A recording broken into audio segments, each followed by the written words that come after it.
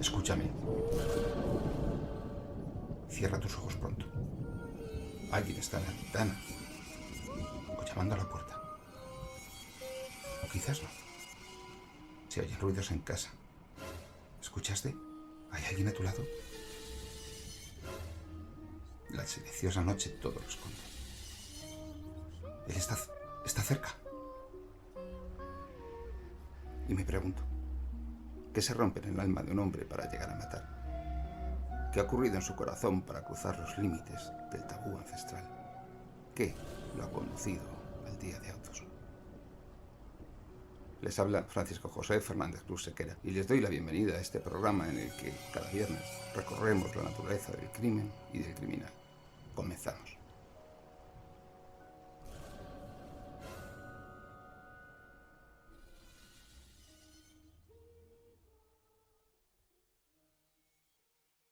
Buenas noches. Una vez más volvemos con otro programa centrado en un crimen antiguo y literario. Quizás más interesante por las consecuencias de orden artístico y la repercusión mundial que ha tenido que por el crimen en sí mismo, que no deja de ser pues un crimen rural de aquella España profunda de hace casi prácticamente un siglo. Un crimen que ha dado lugar, como digo, a que se escriban novelas, se roden películas y se lleven al teatro de la magistral mano de Federico García Lorca. Bodas de sangre. Escuchemos la narración. Cuando tienes un problema o necesitas asistencia jurídica, no buscas soluciones estereotipadas. En Sequera Abogados privilegiamos la atención personal e inmediata. derechopenal.es. Llámenos al 91 770 86 33 o venga a vernos a la calle Orense 27, escalera A, quinto izquierda, junto al Paseo de la Castellana. Sequera Abogados, ética profesional y experiencia a tu servicio.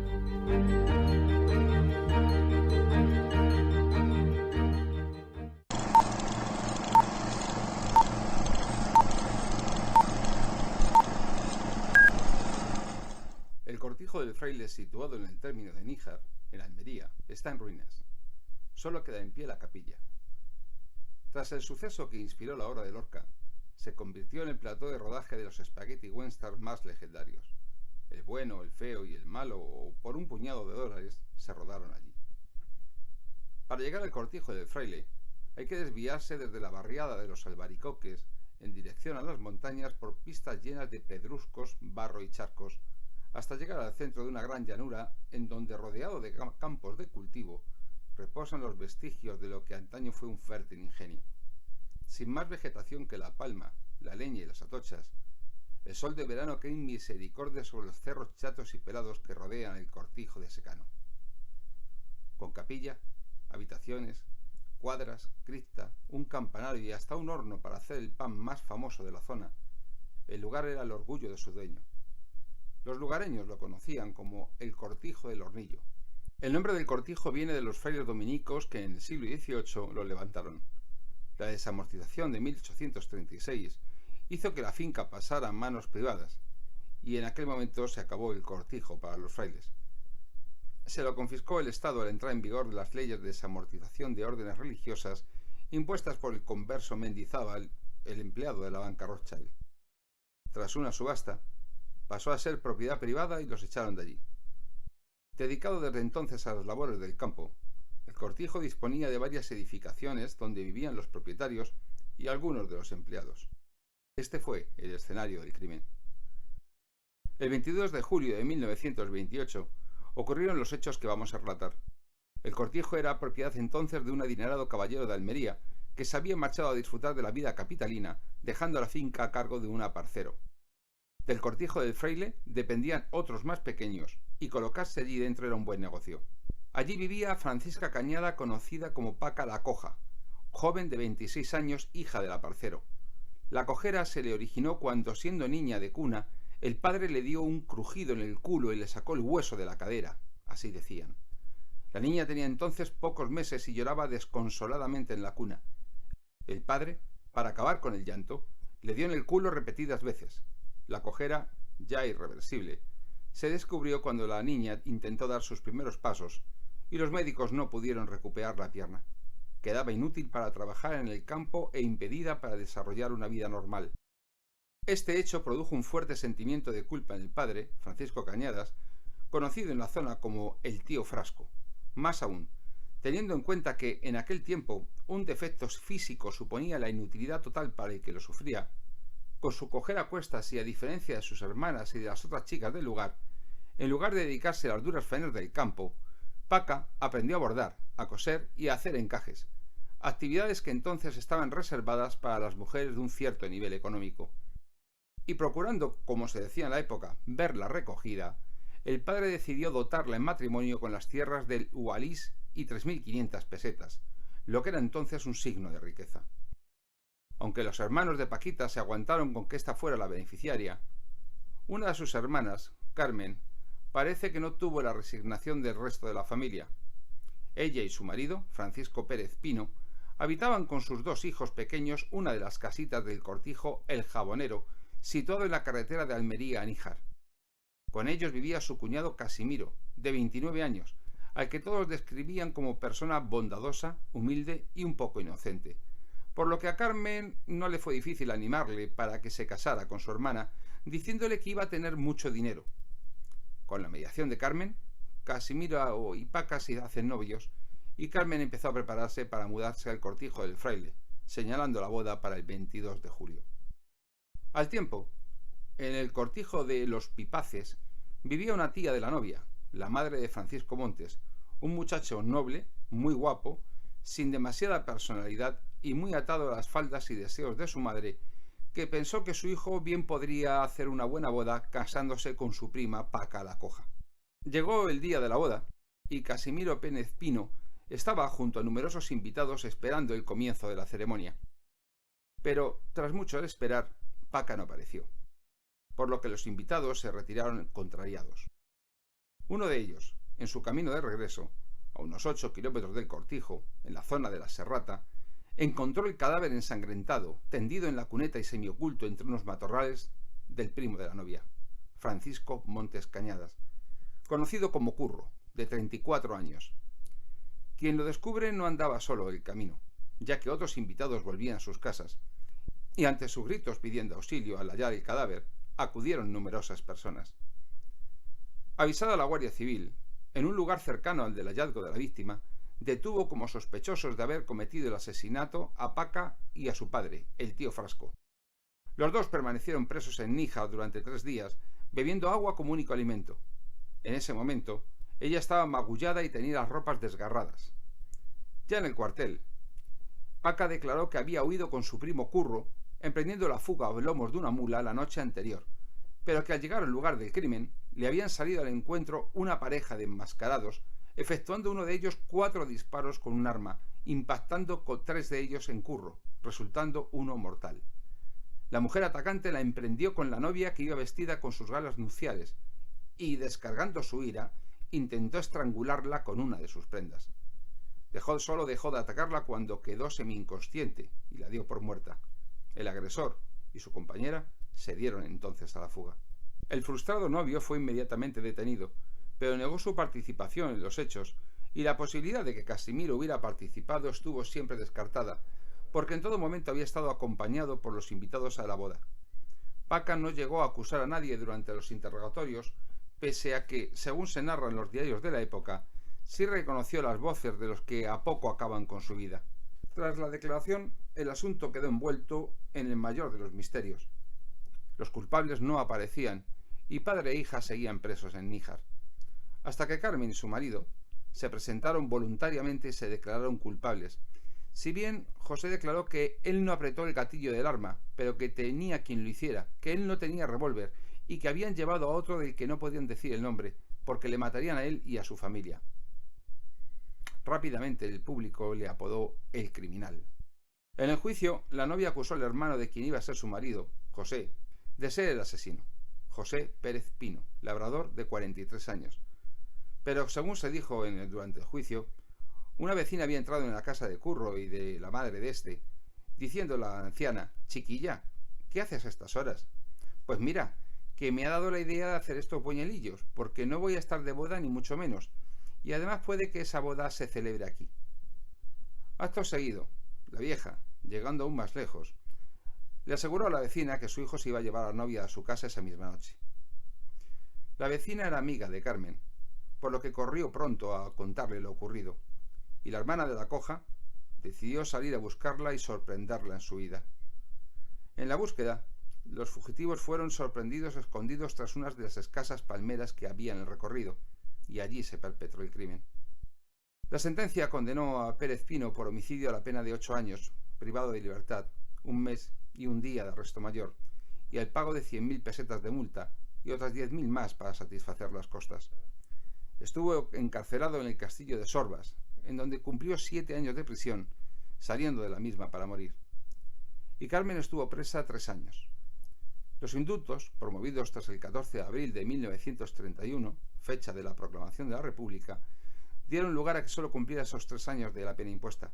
Poca pena al final para el crimen cometido. Vivió otros 30 años y nada más se supo de su vida.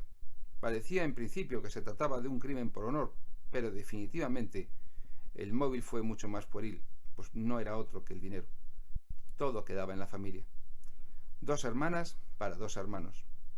Las actas del sumario desaparecieron sin saberse cómo, y nunca más se supo. Tras el juicio en el que fuera condenado su primo y raptor, aparecieron en el diario de Almería unas declaraciones de la novia en las que explicaba que «yo no quería a Casimiro, mi novio, y sí en cambio estaba enamorada de mi primo, Paco Montes. Y como este no le hacía caso, tal vez por dar recelos, Paca se puso en relaciones con Casimiro». Paca la coja, la novia, vio vestida de luto a partir de los hechos relatados y habitó en un cortijo a las afueras de Níjar junto a sus 2 sobrinas toda su vida. En cuanto al novio, Casimiro, nada más producirse su excarcelación, fue visto por el centro de Almería. Se casó con Josefa Segura 6 años más tarde y tuvo 2 hijos, fijando su residencia en San José, no muy lejos de Níjar. Ni Paca ni Casimiro volvieron a verse jamás, ni comentaron nunca su caso en público. Miguel de Cervantes dejó escrito en su inmortal obra de la Galatea que si los celos son señales de amor, es como la calentura en el hombre enfermo, que el tenerla es señal de tener vida, pero vida enferma y mal dispuesta. Y quizás por ser así, fueron recogidos en una novela corta de la escritora Carmen de Burgos titulada Puñal de claveles, aunque con un final muy romántico y bien distinto, que termina el relato con la fuga de la mujer protagonista que elige su destino por encima de los condicionamientos sociales. Mucha literatura y poca realidad. A su vez, Federico García Lorca, con su indiscutible genio, se inspiró en los hechos que cambió para darles una mayor intensidad dramática y estrenó el 8 de marzo de 1933 en el Teatro Beatriz de Madrid su hoy conocidísima obra titulada Bodas de Sangre, que fue estrenada por la compañía de Josefina Díaz y Manuel Collado, y no tardó en ser llevada al cine por Edmundo Guibur, siendo protagonizada esta película por la musa de Lorca, Margarita Xirgu. En Bodas de Sangre los novios sí se casan, acentuando de esta manera el desenlace de amor y muerte. En el drama, a Paco Montes le llama Leonardo y está casado.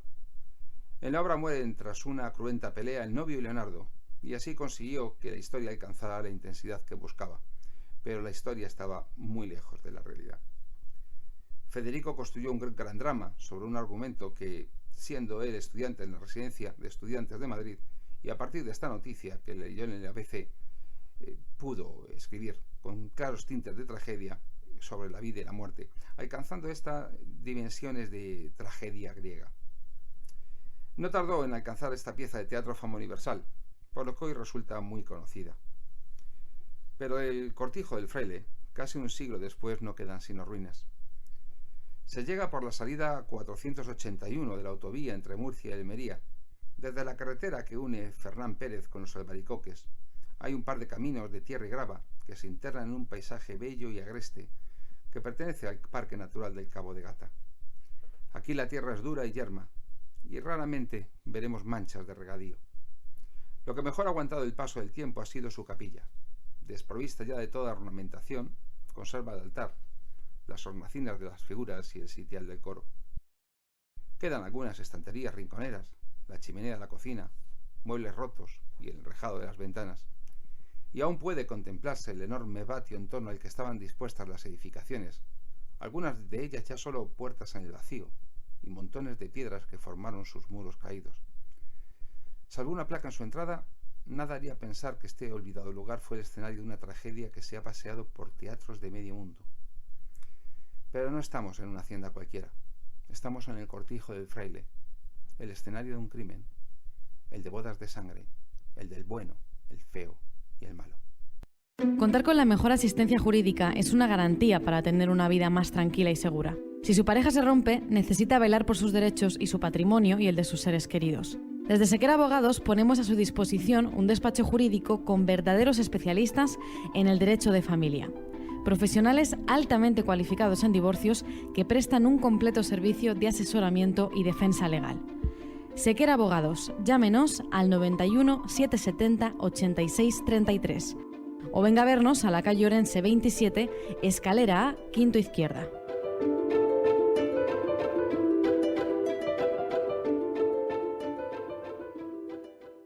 De vuelta de la publicidad, un programa más. Estamos nuevamente con todos ustedes con un crimen que verdaderamente ha traído cola, porque desde luego ha dejado un rastro literario importante. Tenemos esta noche aquí con nosotros, como no, a Lis Pérez, especialista en botiquines y tiritas. Lis, buenas noches. Buenas noches, ¿qué tal? Fernando, nuestro criminólogo motero. Buenas noches. Jorge García Vergara, abogado de cabecera. Buenas noches, Francisco. Marcos López Cerrador, novelista. Buenas noches, queridos amigos, un día más. Álvaro Miranda, técnico de sonido. Buenas noches. Director de Con 2 de Azúcar en Sí. Onda Universitaria.es los martes de 4 a 5. ¿Qué tal, Álvaro? ¿Cómo estás? Encantado, un día más, a tope. Bueno, pues cuéntame, Qué empezamos. tranquilo te veo. No sé. La tila. Venga, déjate de rollos, cuéntanos. A tiros. Pues un disparo, Ya, como siempre. Pero, como venga. siempre. Con un revólver. Pero que la gente no escucha todos los programas, que hay gente que escucha un trozo de uno, un trozo de otro y que no Ya. se enteran, que se lo expliques. Sí. Que ya sé que es lo mismo, que le han pegado 2 tiros, pero que se lo cuentes. Pues un disparo en la cabeza, con un orificio de entrada. Mucho menos original que darle a uno con un loro de 20 kilos. Para mí, sabes que sí. ¿Dónde Que va a para parar? mí, los disparos son un poco originales.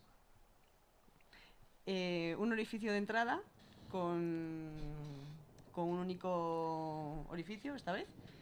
Heridas alrededor con las escoriaciones, que son como quemaduras del roce que hace la bala en el cuero cabelludo, porque fue en la cabeza. Y posiblemente no tengamos orificio de salida. Depende de la distancia. Hombre, en la cabeza, siendo un impacto en la cabeza, es probable que sí, porque no tienes una masa ósea suficiente como para andar reteniendo, desviando en gran medida el disparo del proyectil. Normalmente en la cabeza, si le metes un tiro a alguien, lo que se produce es, bueno, el típico traumatismo, con rotura de todos los tejidos, Sí, con pérdida de masa encefálica, por supuesto. algo de cuero cabelludo por los suelos. No me voy a privar de decirlo. Las meninges rotas. Te gustan a ti, ¿eh? Total. Y funciona así, entonces, bueno, Claro, un disparo en la interviene cabeza, también- un disparo en la cabeza. A veces hay personas que reciben un disparo y quedan en estado vegetativo o incluso sobreviven, que hay Sí, algún caso, sí, pero sí. no es lo habitual. No, normalmente con un disparo en la cabeza la muerte se produce prácticamente seguro. Pero muchas veces cuando estoy haciendo los casos se complica porque nunca sabes tampoco la distancia, el calibre hay veces que tampoco lo sabemos, las condiciones de El la calibre sí, en víctima, este del caso hueso. estamos hablando de un revólver de Smith Wesson del calibre 38, que es un calibre muy normal, y es un calibre de uso corriente. Ya lo era en aquel entonces. En aquel entonces todavía había cartuchos más potentes y se estaba viajando hacia el 9 Parabellum en el tema de las pistolas, se viajaba de los 44 a 45 hacia el 38, y es cierto que todavía se usaban calibres son más potentes.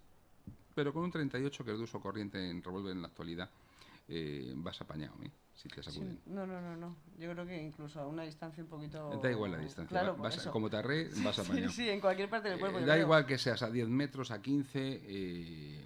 hombre, si es a cañón tocante, ni te cuento. Claro. Pero un disparo a quemarropa hecho a 20 centímetros de la cabeza... Sí, a 20 centímetros. Despídete, Sí. Y por el contexto en el que se produce, en este caso la muerte, no tuvo que haber una gran distancia, pero tampoco fue a quemarropa. Me imagino por lo típico, 2, 3, 4 metros, que es una distancia como para no fallar. Claro, porque tampoco es para no habitual fallar, disparar a cabeza y además acertar, por muy instruido que estés, a un blanco en movimiento y en la noche y en estas características. Con lo cual cabe pensar que fue a una corta distancia, tras una conversación más o menos acalorada, en el que la persona que va armada dispara y tiene la posibilidad de, sin tener que ser un gran experto en tiro, ni estar especialmente instruido, impactar. Pero a corta distancia es 2 metros. 2 metros. ¿Y tú crees que a 2 metros tiene salida? Sí. ¿Sí? Sí, a 2 metros tiene salida. En la cabeza sí. En el pecho puede que no, porque depende, ya te digo, de los tejidos, claro, de la masa, pero ahí de la a mí me resistencia sobre resulta... el tejido, de los fluidos. Claro, pero ahí, por cabeza... ejemplo, me resulta más fácil que haya salida en el pecho. Sobre porque todo, los tejidos blandos y los duros es más difícil tú fíjate que atravesarlos. es característico. Persona que se suicida con un arma en la boca, los sesos le aparecen en la pared de atrás o en el techo. El pecho, sí. O sea, ¿por qué? Pues si porque, no lo hace para arriba y se salva. Bueno, muy para arriba tiene que ser. O que se desvíe, que yo también ha habido casos, recuerdo en el año 80 y poco estar un día de servicio con un suicidio en el cuartel y con un suboficial que se metió la pistola en la boca y se la voló. Y llevaba una porquería de pistola, llevamos 6.35, de aquellos cutres, el equivalente a un 32 más o menos, y se voló la tapa de los sesos, y estaban los sesos pegados allí en la lámpara. ¿Pero de qué manera? A alguien se le está acoplando algo y creo que es a Marcos, ¿no? ¿No? Vale, pues no es a Marcos. Pues eso. Pues eso es lo que tenemos. Y el orificio de salida con la piel hacia afuera, en forma de estrella. Sí, por lo toda típico. La presión de... La masa y fluidos que arrastra hace un orificio de salida más grande que el de entrada y la expulsa fuera. Y hay veces también que en el orificio de entrada también puede ser, en vez de suelen ser hacia adentro la perforación, y hay veces que es la piel queda en estrella también hacia afuera, porque cuando es muy cerca lo que hace es los gases entran entre la piel y el hueso, sí, lo levanta. Y por presión sale hacia también afuera. También depende mucho el tipo de proyectil que se use. Si es una munición blindada, semiblindada, es plomo, ya no solamente el calibre, sino es que también el tipo. Claro, en este tipo de heridas en este caso es muy difícil. Es un proyectil blindado. Es un proyectil, en este caso concreto de Níjar, era un proyectil blindado recubierto de latón, de plomo recubierto de latón. Claro, en general las heridas por arma de fuego pueden ser tan diversas que a veces es muy complicado. Pues entonces, si son tan diversas, no nos cuentes siempre lo mismo, porque cada vez que matan a alguien a tiro, vienes y nos largas el mismo rollo. Te aprendiste el primero y a partir de ahí a vive de la renta. O sea, es que no me gustan nada, además. Es que son muy poco originales. Claro. No, nada. Yo no nunca, es lo mismo. Nunca, a ver, esto no va es a lo sonar mismo feo, que pero nunca mataría a alguien con un disparo. Ya con un loro de 20 kilos, ya la cosa cambia. Porque claro. A mí lo del loro me llama la atención. Pero bueno. Ahora, lo tuyo a ti te veo yo más con el veneno. Inteligente, ducha en ciencias, con mala uva, veneno. Sí. No a ti te veo poco vedada a la violencia interpersonal. No te veo. Yo te veo a ti como iba a sufrir seguro. Yo no, yo por el un día me va a costar un disgusto. Yo por el pronto me veo más cerca del loro de 20 kilos. Como tengo un pronto muy malo, como tenga el loro cerca, le meto un lorazo que me veo más cerca del loro, pero a ti no, a ti te veo más con el tema este. Ahora tenemos aquí a nuestro querido amigo Fernando, nuestro criminólogo motero.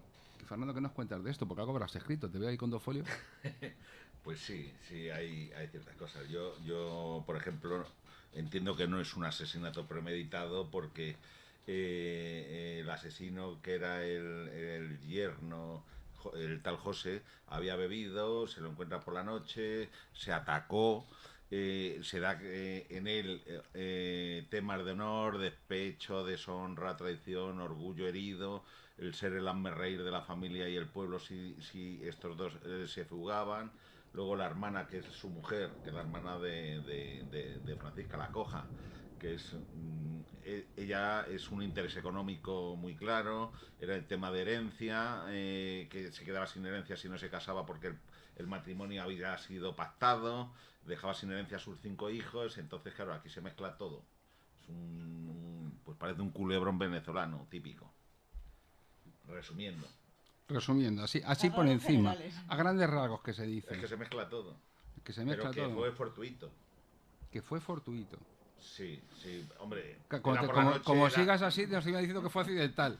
No, claro. Porque diré algo tú, hombre, diré algo tú. No era la noche, eran sombras, ¿no? Como decía un eminente Claro, es que ellos huyen y les encuentran, pero por la casualidad de que uno vio que la madre del que huía había hecho buñuelos, y cuando se hace buñuelos es que se supone que se iban a casar, estos iban a pasar la noche juntos, para que parece que ella había sido desvirgada y entonces ya no se podía casar con el prometido.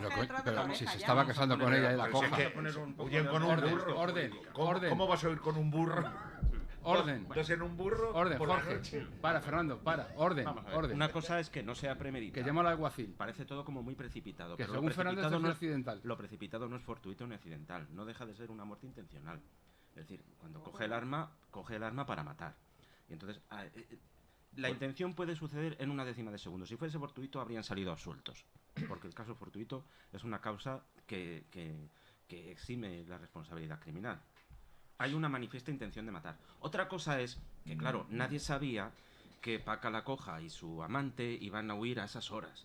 Con lo cual, si lo hubieran sabido, a lo mejor hubieran premeditado el hecho de vamos a encontrárnoslo y a matarles. No era el caso.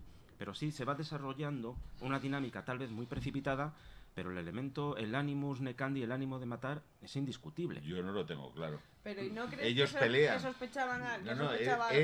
El arma era del muerto, es decir, ellos pelean, se cae el arma porque no sabemos si la intenta empuñar o no empuñar, o se cae porque no está nada claro, el otro coge el revólver y le pega el tiro, pero el ánimo de matar, si se están dando de tortas, no sabemos el ánimo si era de matar o liarse a tortas.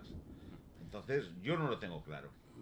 Bueno, en el momento que coges un arma, creo que tienes algo más o menos claro, ¿no? Sí. No sé, ¿eh? Sí, pero depende, porque si se le cae el arma y el dueño del arma intenta cogerla, tú cuando te estás peleando con él, la coges como defensa. No sabemos, sí, pero no está claro el tema. Sí, pero los disparos eran mortales de necesidad y en la cabeza. Sí, claro, ya es algo un poco indicativo. Pero si el muerto de que coge el arma muy, del otro, muy espontáneo, muy fortuito, tampoco. A la cabeza Pero si hubiera sido al revés, que el otro para defenderse, el muerto coge el arma y le pega los tiros al otro, pues ya no sería fortuito, sería legítima defensa. Claro, es en defensa, claro. Sí, pero ¿Cómo se notan las tablas ahí? Ahí no, ahí te han dado matarile, Fernando. Ahí te ha dado matarile, Jorge, que las tablas son las tablas. Oye, Marcos, vas a decir algo hoy, porque esto se va a acabar, como sigas así. A mí me cubren los magistrados de la audiencia de Almería, que en definitiva es lo que hago. me acojo a los hechos probados de la sentencia. Pero Fernando, tú... Que sea en defensa propia, si hubiera sido al revés, no deja de ser un homicidio. Ojo. Sí, bueno, pero con la... Yo no lo estoy calificando de asesinato. Si cada vez que matas a alguien... De homicidio, sea cualquiera de los dos. Siempre que matas a alguien es un homicidio. Ahora bien, si se te aplica la eximente completa de legítima defensa, el muerto al hoyo y el vivo al bollo. De legítima defensa el muerto, porque el otro puede decir que claro, es que no sabemos de arriba abajo, porque también el asesino puede decir que era legítima defensa, que el otro cogió y como se estaban peleando, le quitó el arma y por legítima defensa él le pegó 2 tiros al muerto. Me parece que a ti en Hollywood te van a contratar cualquier día. No, es que no está claro. Cuando no está claro, yo creo lo que toco. Saltemos al siguiente. No creo. Saltemos al siguiente asunto. Yo creo que había 4 tiros en la cabeza y 1 en el pecho. Entonces, no sé, yo creo que muy accidental no es eso. 4, hombre, vamos a ver, Jorge. 4 tiros en la cabeza no es accidental. 4 accidentes consecutivos separados por décimas de segundo en la cabeza de otro. Si es con una metralleta puede que le caigan 4 y 18. Es cosa de imaginación. Locura transitoria. Tú te ves amenazado y si tiene 8 tiros, le pega 8 tiros. Y si tiene una repetidora 15 y tiene un rifle de asalto, le pega los 15 tiros. Tú no sales... Se cayó y se clavó el cuchillo también, ¿no? Tú en la noche, Fernando, no sales al encuentro del muerto atemorizado. ¿Qué es eso? Bueno, partimos que este venía bebido. Vamos a ver si lo entendemos. Unas personas que se fugan en un contexto social, rural, ignorante, que ya de por sí llama la atención el arma empleada en el crimen, un revólver. No es una escopeta. Que en la noche, en un lugar de paso, les sale, y valga la redundancia, al paso de esa pareja. A continuación, se produce una diferencia de opiniones como mínimo, un roce, un choque verbal, del cual resulta la muerte de uno de ellos. Pero el que allí llevaba el revólver consigo, lo cual implica una disposición previa a matar, al menos que asume la posibilidad de tener que utilizarlo. Por lo tanto, ya no cabe que sea algo improvisado, ya no cabe que sea algo que ha surgido sobre la marcha. No, hay una aceptación previa de que eso puede ocurrir. Por lo tanto, eso ya excluye cualquier forma de accidentalidad y cosas parecidas. Una vez que se inicia, hay una persistencia en el ánimo, el animus necandi, que es lo que se dice en derecho, que es la intención de matar, el animus necandi, hay una persistencia en él que consiste en disparar reiteradamente hasta 4 veces en la cabeza, lo que necesariamente implica que tras el primer impacto la persona con un 38 se ve desplazada, cae en el suelo y para propinarle los 3 disparos siguientes tiene que hacerlo directamente apuntando a la persona que yace en el suelo y rematarla. No cabe la posibilidad de disparar 4 veces en la cabeza a una persona estando de pie.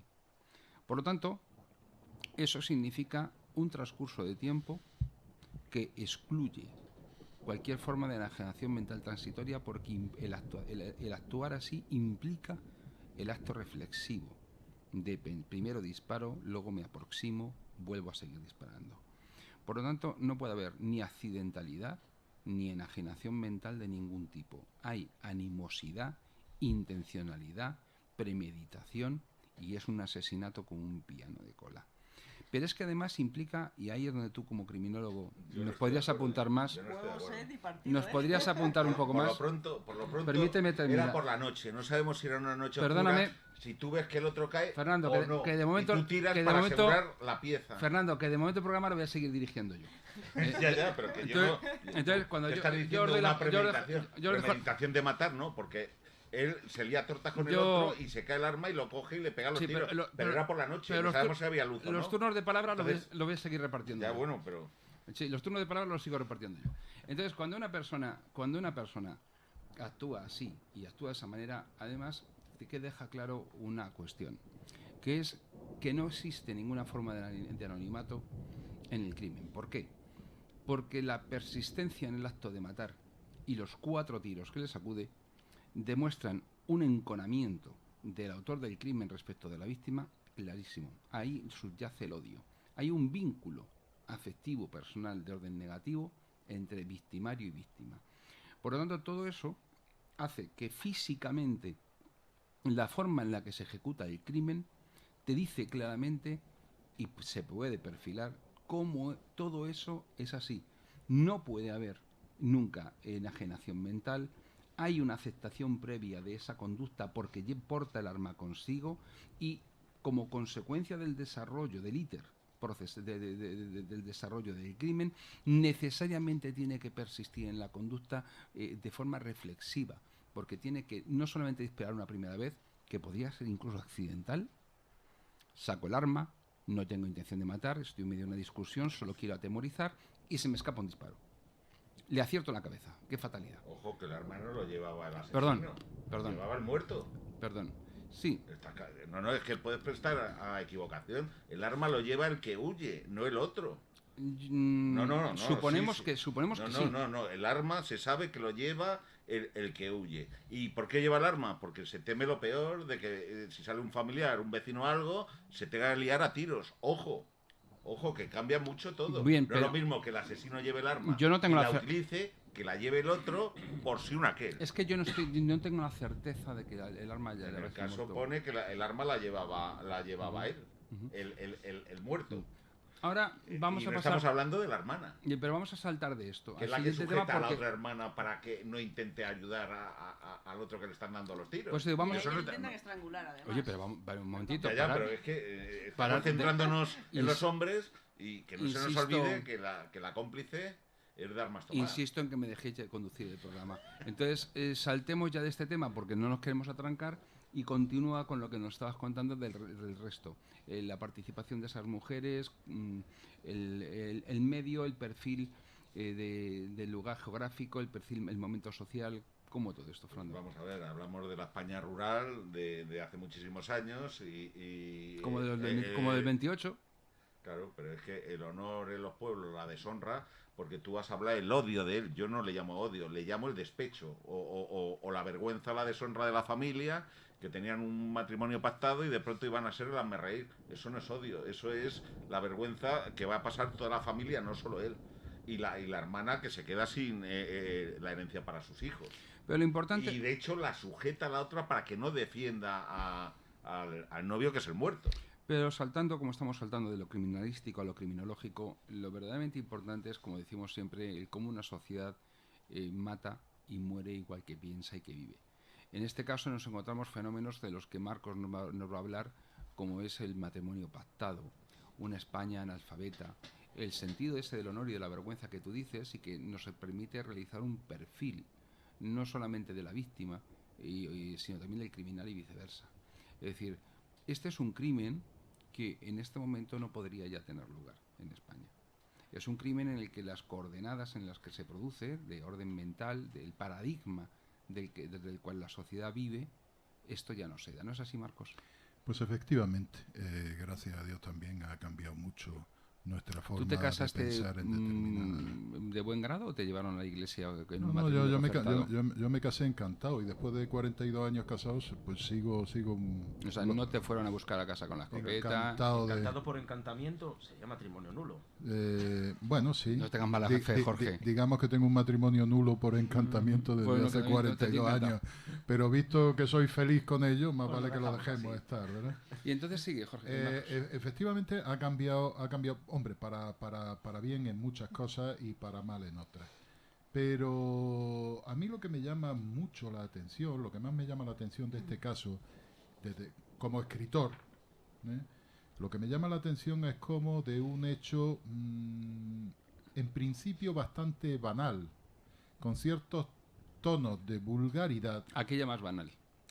Pues vamos a ver, porque son gentes movidas por sentimientos muy primarios, muy básicos.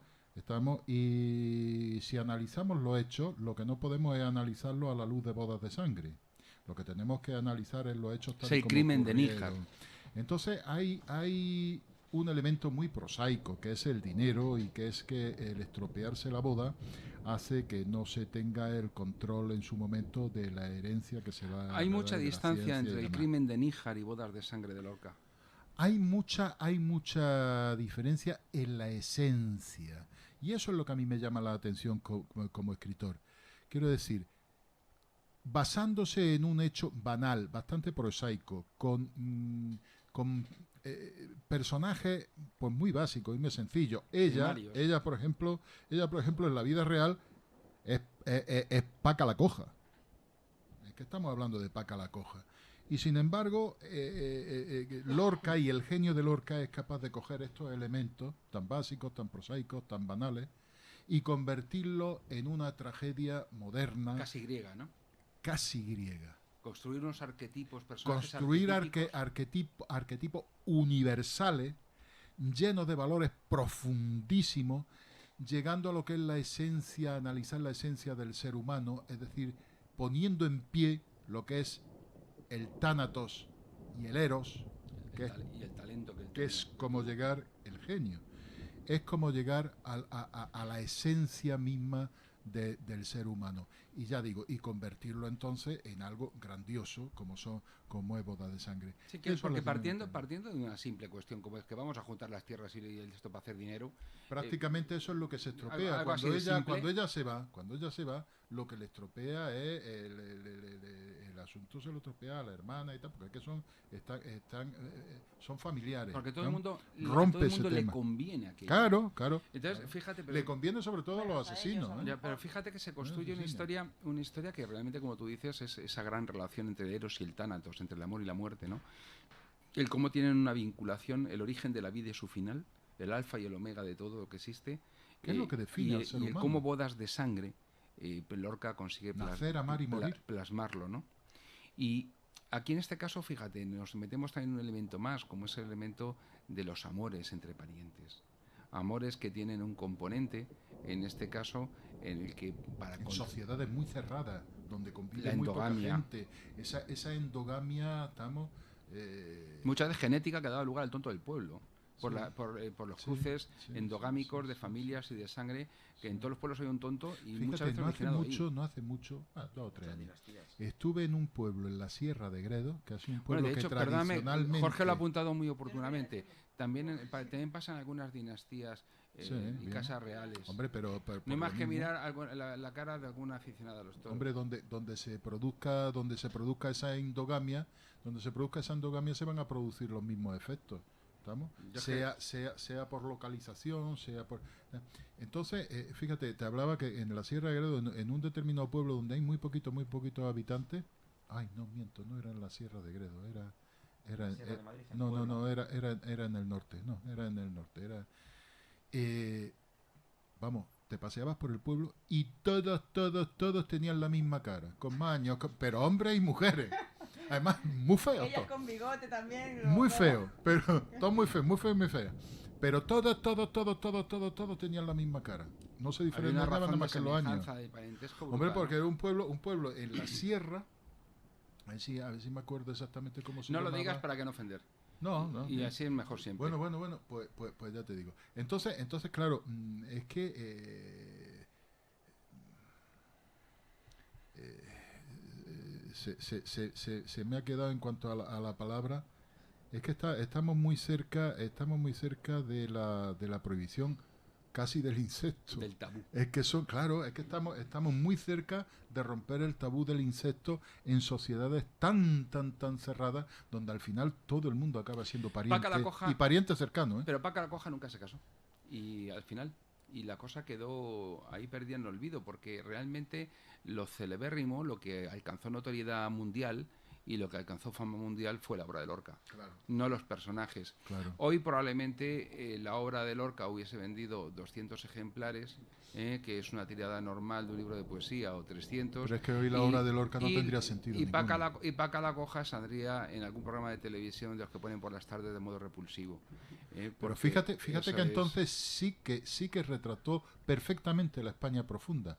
Y un tipo de España profunda, es decir, es que aquello era real en aquel momento. Este programa, aunque a veces no reparemos en ello, si os dais cuenta, si pusiéramos todos los crímenes que hemos estudiado a lo largo de estos años en orden cronológico, lo que hemos hecho es una crónica social de España. Claro. Hemos contado cómo se vive, cómo se muere, cómo se mata, hemos hecho una crónica política. A mí me sorprende cuando algún oyente dice que discrepa de nosotros, pero digo, vamos a ver, ¿de cuál de nosotros? Si aquí no nos parecemos ninguno, ahora mismo estamos 5, tengo aquí a la perroflauta a mi izquierda, que va por libre, Fernando, que es justo lo contrario de la perroflauta, todo lo que en ella es blanco y el otro es negro, Marcos y yo en alguna cosa nos parecemos más pero poco, y Jorge y yo coincidimos lo con un huevo con una castaña, que más o menos son... Sí, que más o menos son redondos, pero en la forma de pensar, si os dais cuenta, aquí estamos personas creyentes, no creyentes, de una tendencia, de otra, de los contrarios a todas las tendencias. Es decir, y sin embargo, hemos conseguido hacer una narración de la vida española. Hemos hablado de los pueblos, de las ciudades, hemos hablado de cómo se vivía, hemos hablado de las fuerzas de seguridad en cada momento, hemos hablado de muchas y muchas cosas. Pensad cuando hemos tratado crímenes, cómo se vivía, las ejecuciones públicas, vendiendo barquillos, cuando se mata a Higinia en Moncloa, en la del crimen de Fuencarral, o cuando Jorge consiguió rescatar el testimonio de la nieta, de la amiga íntima de Inés, de Inés María, del crimen de Don Benito. Aquellas migas que Fíjate, se comía, estás mencionando, aquellas migas que estás mencionando crímenes que salen en el libro que acabamos de publicar tú y yo, que se llama Crímenes de Cine.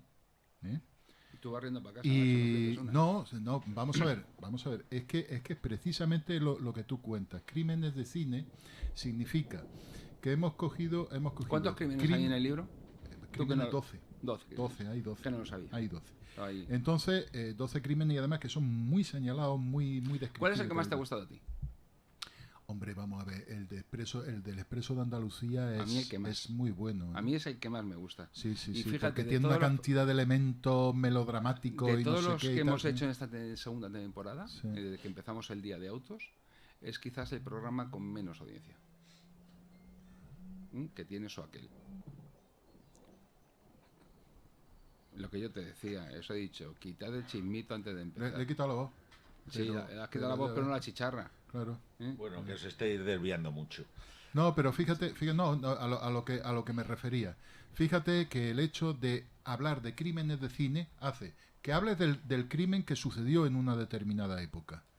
Y describan la época, y describan los personajes, claro. Describan los caracteres, el ambiente social, etcétera, etcétera, etcétera. Sí, y también describan la época en la que se hizo la película. Claro, pero es que se hizo la papel. película en otra determinada época y a lo mejor se hizo durante el franquismo, que tiene una posibilidad de descripción sociológica, de costumbre y demás. Tú fíjate, ¿Cómo se hace una versión? Pero es que luego, si además se hizo un capítulo en una serie de televisión ya en los años 80, pues fíjate, tratando un solo caso, la panorámica, la cantidad de personajes que estás tratando, tanto los reales, los del crimen y demás, como luego los actores o los directores o las películas. y sobre todo qué temas se ponen de relieve en uno y en otra visión, porque por ejemplo el tema de las drogas o de la homosexualidad en una película ni se toca y en la otra se evidencian, ¿no? Claro. Fernando, ¿qué ibas a decir? Que nos despedimos, es tu última intervención, aprovecha. Pues yo creo que no lo hemos tocado apenas, porque hemos hablado de los hombres, que yo creo que aquí la mala no es el asesino en sí, porque yo creo que es fortuito. Yo creo que es la hermana, Carmen, la hermana de la coja. Ella es la que incita al marido, que estaba bebido, y le cuenta toda la película del despecho de la familia, la deshonra que van a tener, que huye la hermana. Claro, ella estaba pensando en el interés económico que subyace, que es la herencia latente, pero yo creo que ella es la que incita realmente al otro a ir los dos juntos, a buscarlos y bueno, ya sabemos el final. Y Fernando, como tú dices, si es que no hay un cuñado bueno, ni una cuña buena. Te pongas como te pongas. Bueno, aquí hablamos de la hermana de la coja. Por eso te digo, la hermana de la coja, que es la cuñada o bien de uno o bien de otro, Sí, claro. dependiendo del que triunfe. Con lo cual, al final, ¿de quién tenía la culpa? La cuñada. No falla. Si es que los cuñados ni solos ni en partidos políticos. Efectivamente, no puede ser. Bueno, no era la cuñada, era la hermana. Por ahora, si se casa es la cuñada.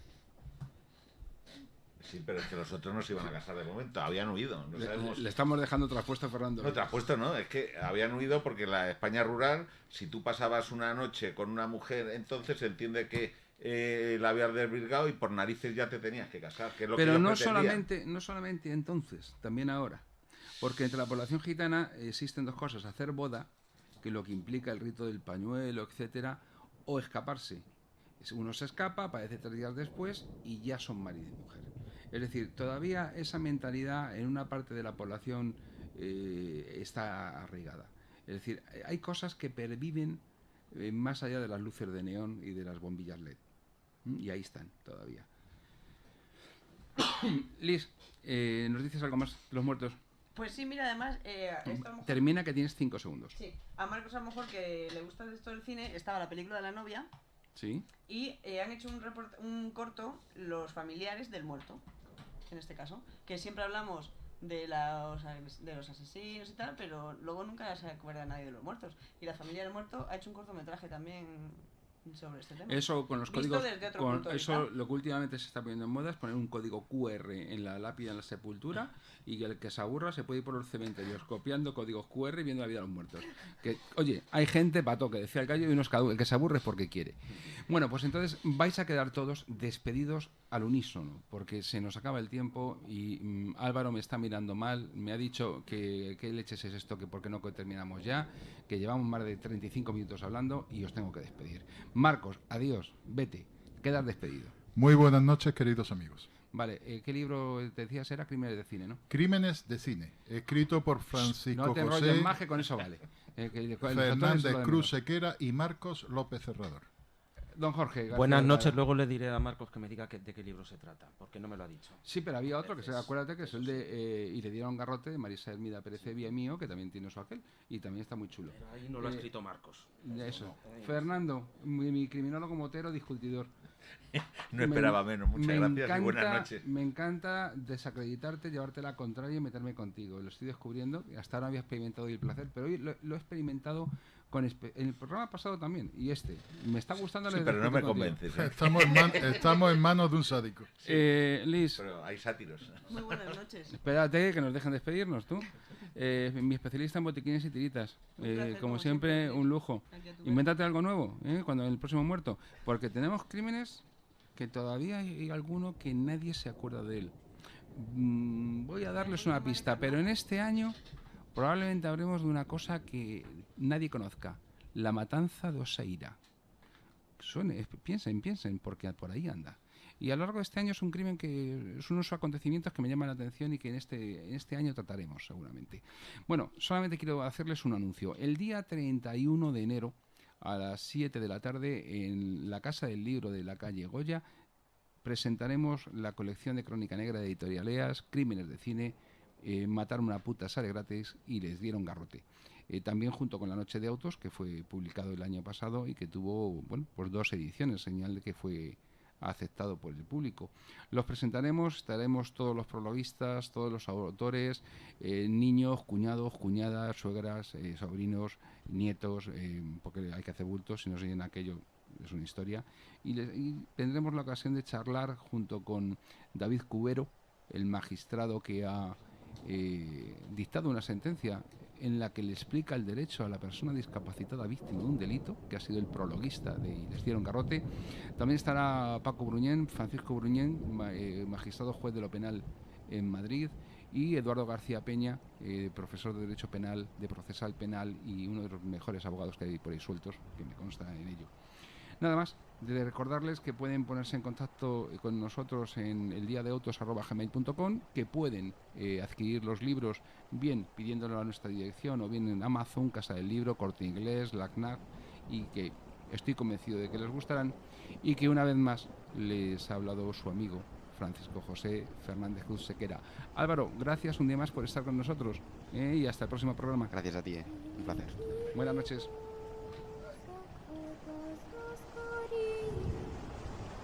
The